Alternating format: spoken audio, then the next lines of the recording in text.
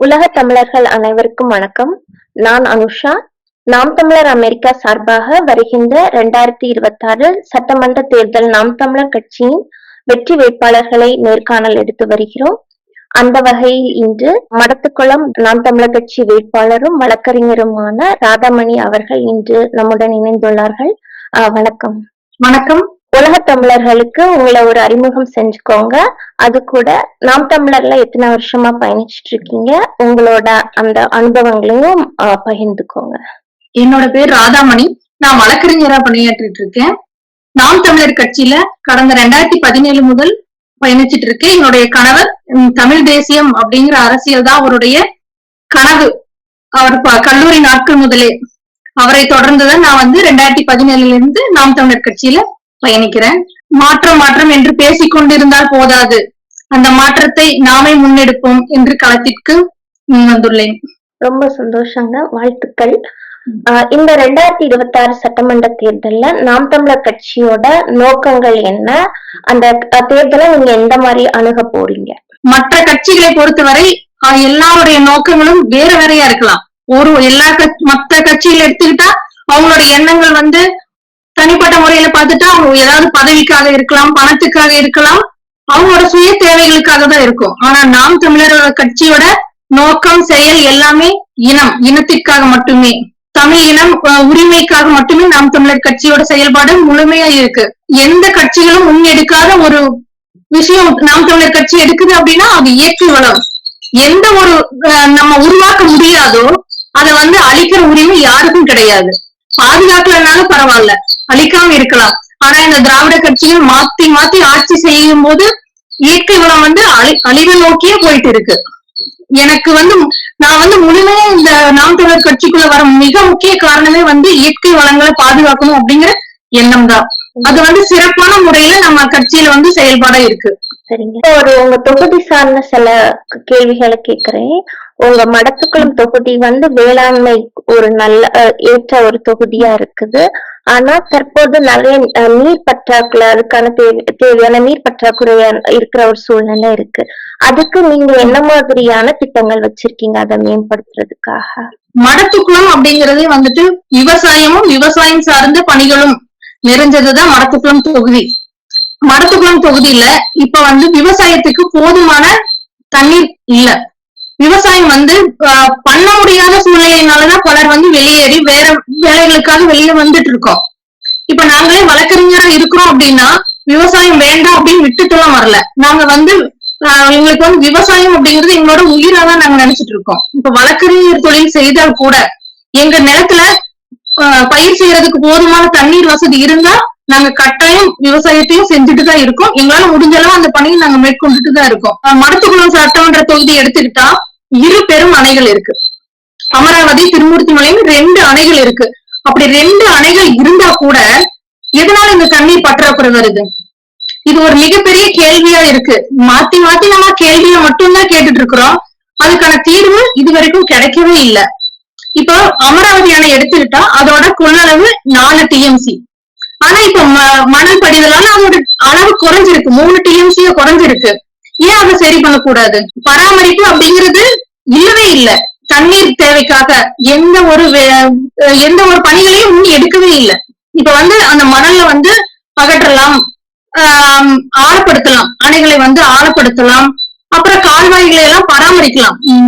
கால்வாய்கள் எல்லாம் சேதாரம் அடைஞ்சு கிடக்கு. களைகள் மூடி உடைந்து தண்ணீர் வீணாவது அதிகமாகவே இருக்கு. விவசாயம் கடந்த 10 ஆண்டுகளுக்கு முன்பு எவ்வளவு பரப்பளவு நடந்ததோ அதை விட குறைவான அளவுதான் இப்ப இருக்கு. அப்படி இருந்தாலும் கூட ஏன் தண்ணீர் பற்றாக்குறை வருது?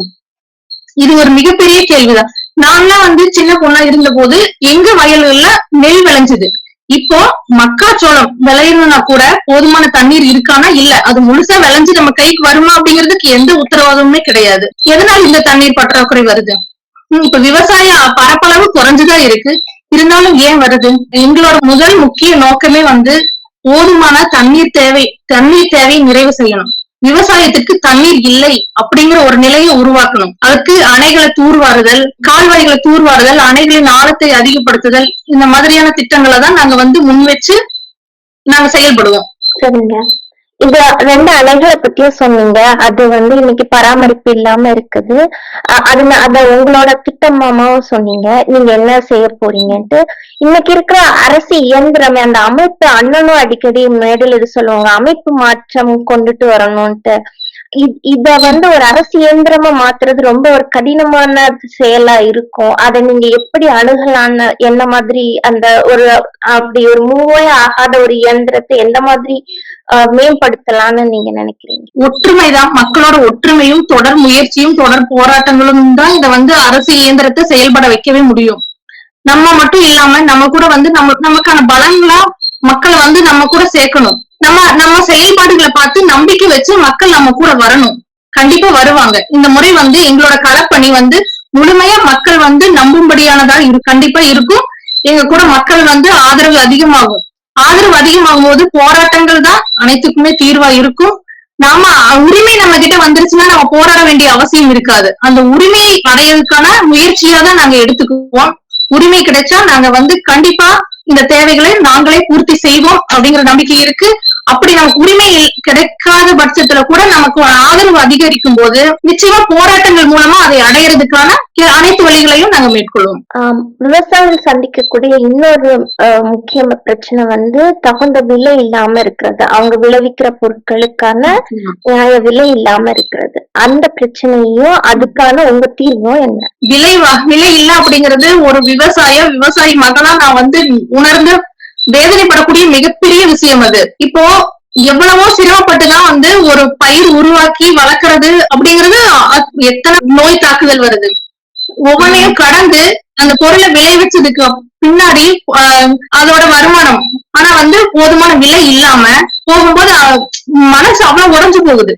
எங்களோட அப்பா அம்மா ஆகட்டும், என்னோட மாமனார் மாமியார் அவங்க இன்னும் விவசாய தொழில இருக்காங்க. அவங்க வயசானவங்க இருந்தாலும் அந்த விவசாய தொழில விடாம தான் நடத்திட்டு இருக்காங்க. ஆனா போதுமான விலை இல்லாத போது அவங்களை பார்க்கும்போது எங்களுக்கு அவ்வளவு கஷ்டமா தான் இருக்கு. அவங்க வந்து வயசான காலத்துல கூட தொடர்ந்து விவசாயம் பண்ணி செஞ்சுட்டுதான் இருக்காங்க. அப்ப போதுமான விலை இருந்தா அவங்களுக்கு அது எவ்வளவு பெரிய ஊக்கமா இருக்கும். நெல்லு விளைஞ்சுட்டு இருந்த பூமியில நெல்லு விளையறதுக்கு போதுமான தண்ணி இல்ல. அப்ப என்ன பண்றாங்க, அங்கேயும் வந்து காய்கறிகளை பயிரிடுறாங்க. அப்ப எப்பவுமே காய்கறிகளை பயிரிடுறவங்களோட நிலை இப்போ அதிகப்படியான உற்பத்தி அதிகமாகுது. உற்பத்தி அதிகமாகும் போது விலை குறையுது. அப்போ உற்பத்தி அதிகமாகறத நம்ம தடுக்க முடியாது. ஏன்னா நெல் விளையறதுக்குதான் இங்க வழி இல்லை இல்லைங்களா, போதுமான தண்ணீர் இல்ல. அப்ப வந்து இப்ப தக்காளி அதிகப்படியா வருது அப்படிங்கும் போது பிரைவேட் கம்பெனி தயாரிக்கிறாங்க இல்லைங்களா, எவ்வளவோ விலை கொடுத்து வாங்கி நம்ம பயன்படுத்துறோம்.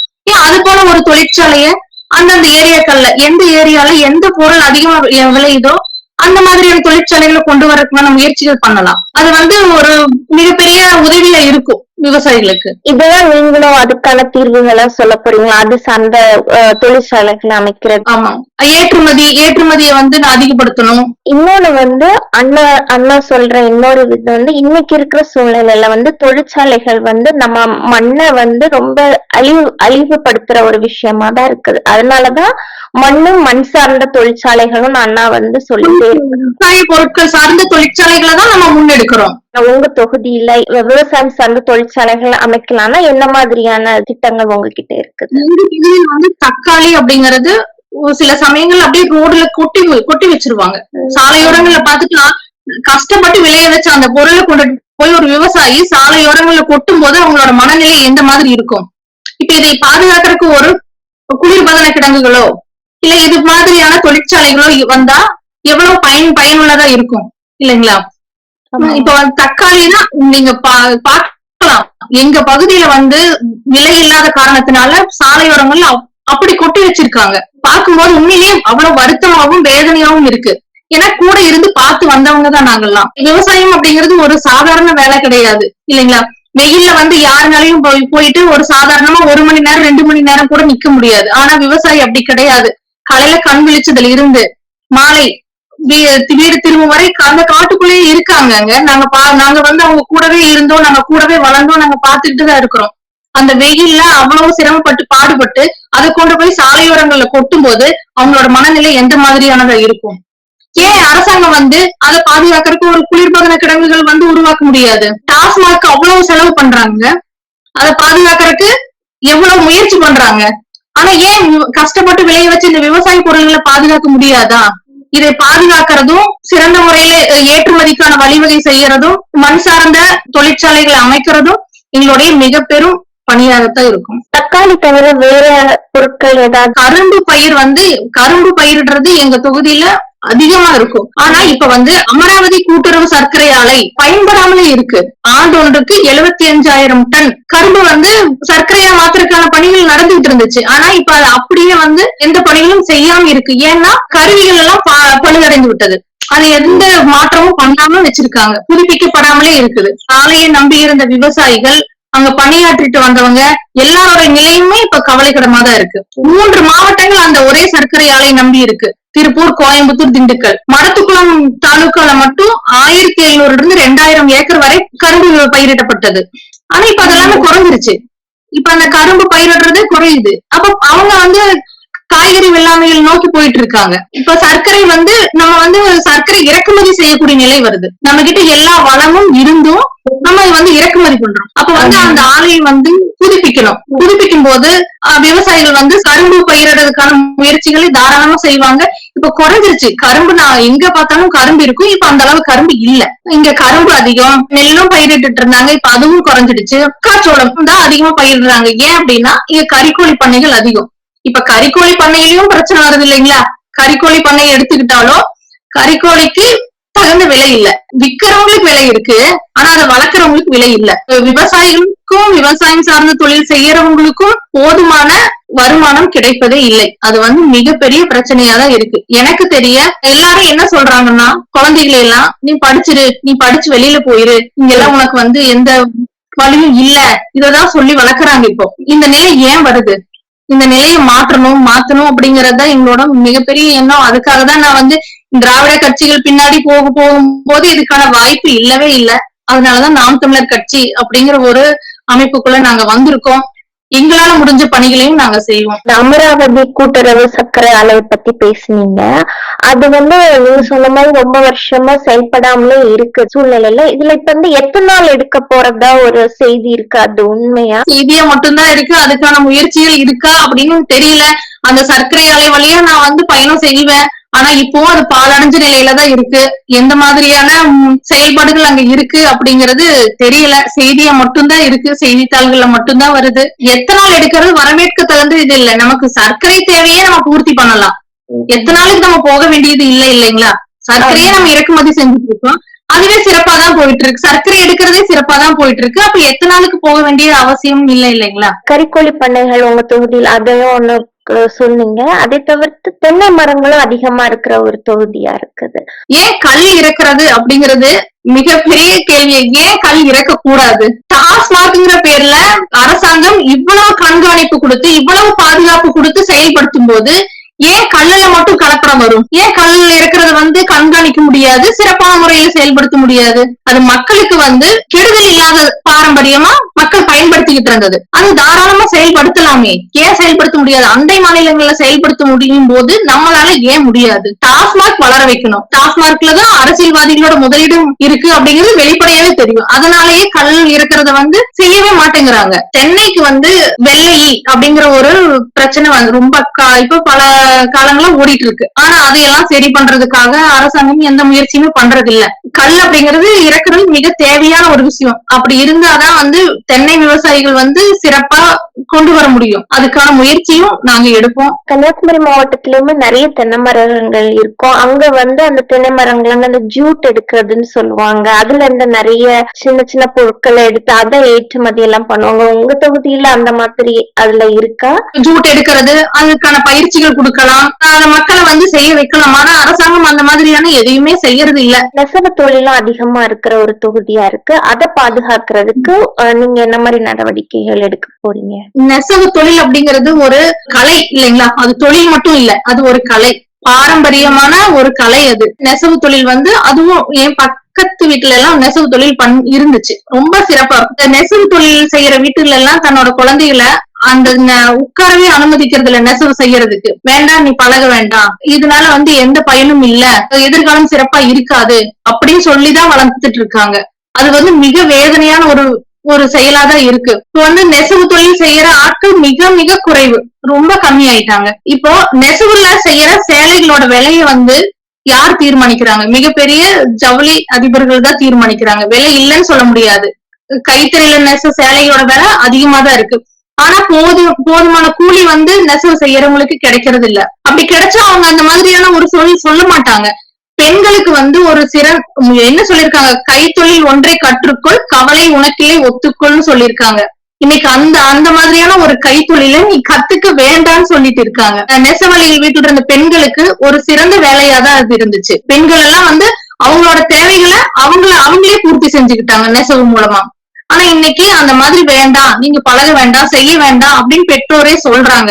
தன்னோட தொழில வேண்டாம்னு சொல்ற அளவுக்கு இந்த அரசாங்கம் கொண்டு வந்து விட்டுருக்கு. ஏன்? அவங்களுக்கு போதுமான ஊதியம் இல்ல. இப்ப வந்து அவங்களுக்காக வந்து போதுமான ஊதியம் கிடைக்க செய்யணும்.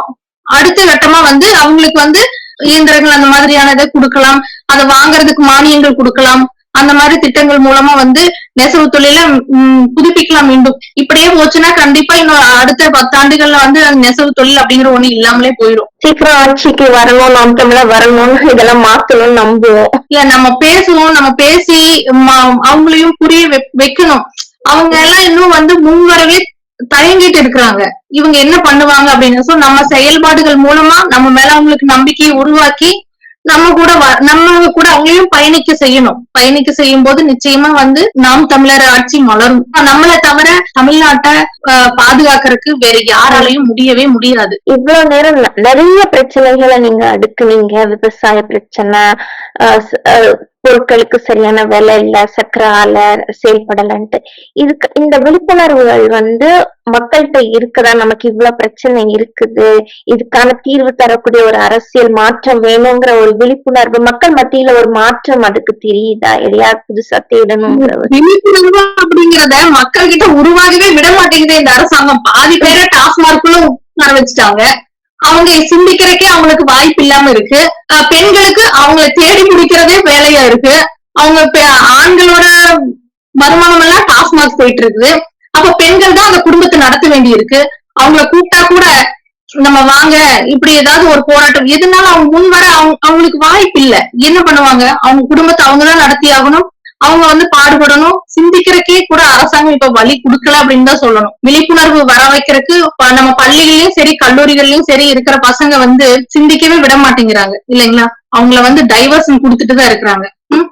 விழிப்புணர்வு போதுமான அளவு இல்லைன்னு தான் சொல்லணும். அத வந்து அந்த விழிப்புணர்வை கொண்டு வரக்கும் நம்ம தான் பாடுபடணும். ஏன் இந்த கேள்வியை கேட்டேன்னா, மக்கள்கிட்ட வந்து இதுக்கு எல்லாத்துக்கும் ஒரு தீர்வா, ஒவ்வொரு பிரச்சனைக்கும் அண்ணா வந்து ஒரு தீர்வு வச்சிருக்கிறாரு. மண் சார்ந்த தொழிற்சாலை, அதனால வருமானத்தை பெருக்கிறது, இந்த மாதிரி எல்லாம். அதனால மக்கள்கிட்ட இதனால ஒரு வரவேற்பு இருக்குதா அப்படின்னா 2021 தேர்தலை காட்டிலும் இப்போ ஒரு வரவேற்பு இருக்குங்கிறத நீங்க உங்க தொகுதியில படித்த இளைஞர்களுக்கு அந்த வரவேற்பு நிச்சயம் பாக்குறேன்னா அண்ணனை தவிர வேற யாருமே இல்ல இந்த இடத்த வந்து பாதுகாக்கிறதுக்கு அப்படிங்கறதுல தெளிவா இருக்காங்க. அந்த படித்த இளைஞர்கள் வந்து இன்னும் வந்து முன் வரணும். முன் வந்து அவங்களும் வந்து ஆட்களை வந்து அதிகப்படுத்தணும், ஆதரவாளர்களை. அப்படி ஆகும்போது நிச்சயமா வந்து வெற்றி நமக்கே. அதுல எந்த மாற்றமும் இல்ல. விவசாயம் இன்னைக்கு அழியுது. ஆனா உங்க தொகுதி விவசாயம் சார்ந்த ஒரு தொகுதியா இருக்கும்போது மாற்று பொருளாதாரத்துக்கோ அல்ல மாற்று வேலை வாய்ப்புக்கு என்ன மாதிரியான சூழ்நிலை இருக்குது? அவங்களோட தீர்வாவே எல்லாரும் பாக்குறது ஐடி கம்பெனியை தான் பாத்துக்கிட்டு இருக்காங்க. எல்லாருமே அதை நோக்கிதான் பயணிச்சுட்டு இருக்காங்க. விவசாய தொழிலுக்கு இப்ப வந்து நம்ம பக்கத்து மாநிலங்கள்ல இருந்து ஆள் வர வச்சுதான் செய்ய வேண்டிய நிலை உருவாயிருச்சு. மக்கள் வந்து நம்ம பகுதியை விட்டு வெளியேறிட்டு இருக்காங்க மாற்று தொழிலை தேடி. அரசாங்க தொழில் இருக்கு, அத வந்து மாணவர்கள் வந்து அதற்கான முயற்சியில ஈடுபடணும் அப்படிங்கிற எண்ணம் இன்னும் உருவாகல. அதற்கான விழிப்புணர்வு வந்து பள்ளியிலிருந்தே வந்து அவங்களுக்குள்ள விதைக்கணும். அண்ணா வந்து கட்சி கட்டமைப்பும் இப்போ அதை உறுதிப்படுத்துறதுல நிறைய முக்கியத்துவம் கொடுத்துட்டு இருக்காங்க. அப்படின்னா ஒரு பூத் 1 பூத் 10 யூத்ன்னு சொல்லி அதுல உங்க தொகுதியில உள்ள அந்த கட்டமைப்பு வேலைகள் எப்படி போயிட்டு இருக்குது? கட்டமைப்பு வேலைகள் மிக சிறப்பாகவே போயிட்டு இருக்கு. நம்ம சகோதரர்கள் எல்லாம் வந்து மிகச்சிறப்பான செயல்பாடுகள் தான் கொடுத்துட்டு இருக்காங்க. கிட்டத்தட்ட ஒரு 3 மாசம் முன்னாடி இருந்தே அந்த பூத் ஏஜென்ட் அப்பாயிண்ட் பண்றதுக்கான பணிகள் எல்லாமே வந்து போயிட்டே இருக்கு, பண்ணிட்டு இருக்காங்க.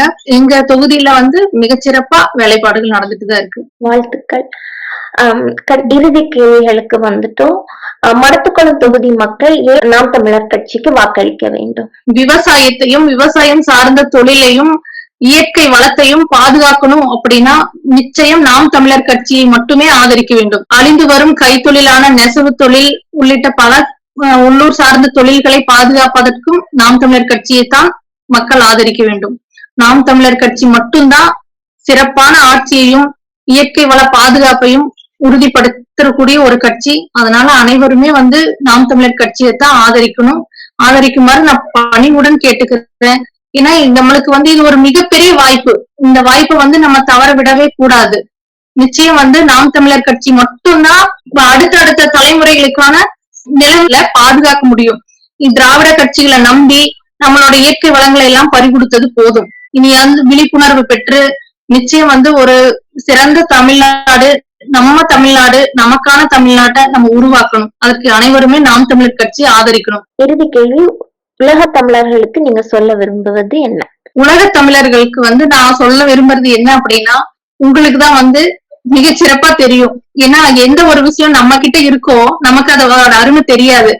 நம்ம அதை விட்டு தள்ளி இருக்கும் போதுதான் அதோட அருமை தெரியும் இல்லைங்களா? இப்ப உங்களுக்கு நம்ம நாடு, நம்ம மொழி அப்படிங்கறதோட பற்று மிக மிக அதிகமா இருக்கும். நம்மளோட வளர்ச்சிக்காக உங்களால என்ன முடியுமோ அந்த மாதிரியான ஆதரவுகளை நீங்க எப்பவும் எங்களுக்கு கொடுக்கணும். நாம் தமிழர் கட்சியோட செயல்பாடு தமிழ்நாட்டுல எந்த மாதிரி இருக்கு அப்படிங்கறத எல்லார்கிட்டையும் கொண்டு போய் சேர்க்கணும். உங்களால முடிஞ்ச விழிப்புணர்வுகளையும் கொடுக்கணும். தேர்தல் நேரத்திலயும் உங்களுக்கு நிறைய வேலைகள் இருந்திருக்கும். அது மத்தியிலயும் நேரம் ஒதுக்கி எங்கள்கிட்ட பேசினதுக்கு ரொம்ப நன்றி. நன்றி.